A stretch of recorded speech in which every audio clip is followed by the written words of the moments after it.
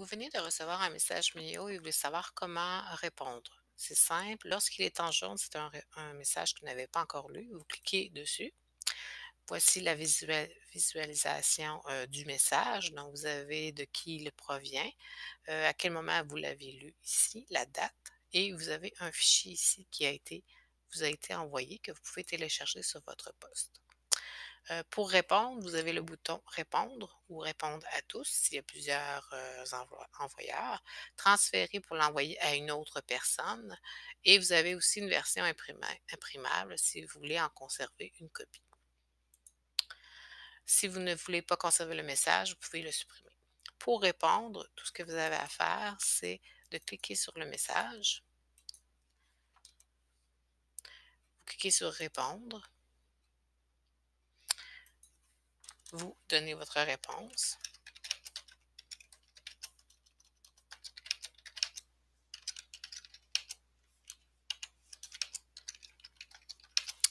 Vous pouvez cliquer sur «Prévisualiser» pour voir le message en son entier et lorsque vous êtes prêt, vous pouvez l'envoyer en cliquant sur le bouton «Envoyer». Il y a toujours l'option «Brouillon», donc si vous voulez commencer un message, vous n'avez pas le temps de le terminer ou de le vérifier, vous pouvez cliquer sur «Brouillon». À ce moment-là, vous pourrez revenir et le consulter par la suite. Dans ce cas-ci, il n'y a pas de brouillon, mais on aurait pu envoyer un message, mais en brouillon. J'aurais pu cliquer sur «Répondre».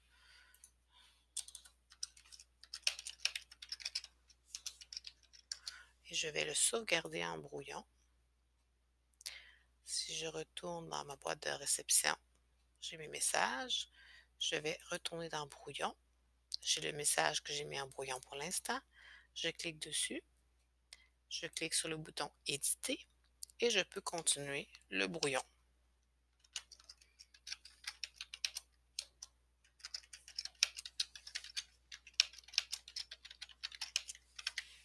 Lorsque je suis prêt à l'envoyer, je clique sur le bouton envoyer. Pour créer un nouveau message, je vais dans la boîte de réception. Je clique sur le bouton composer.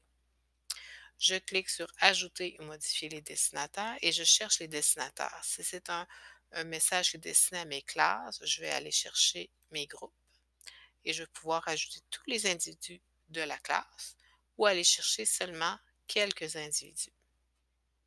Lorsque j'ai choisi, je fais «Sauvegarder». J'ai oublié quelqu'un? Je reclique sur «Ajouter et modifier». Je recherche encore. Est-ce que c'est un employé du cégep?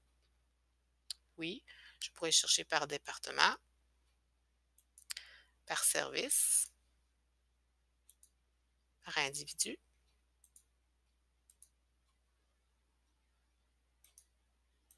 et ainsi de suite. Je fais sauvegarder.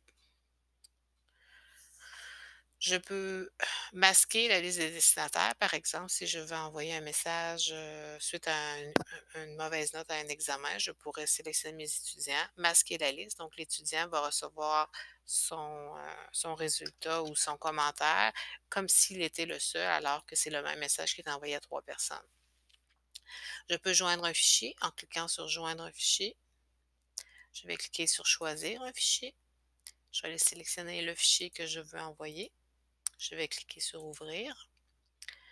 Il est présentement en disponibilité. Je vais cliquer sur «Téléverser» afin de le mettre sur le serveur et il va être dans mon message, donc la personne va pouvoir le télécharger à son tour. Et je peux rédiger mon message.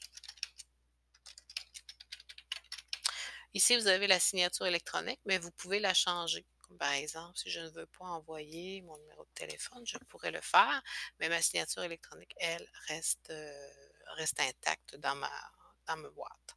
Et je clique sur «Envoyer». Si je retourne dans ma boîte de réception, vu que j'avais mis mon nom dans la liste, eh bien, je reçois une copie. Voilà.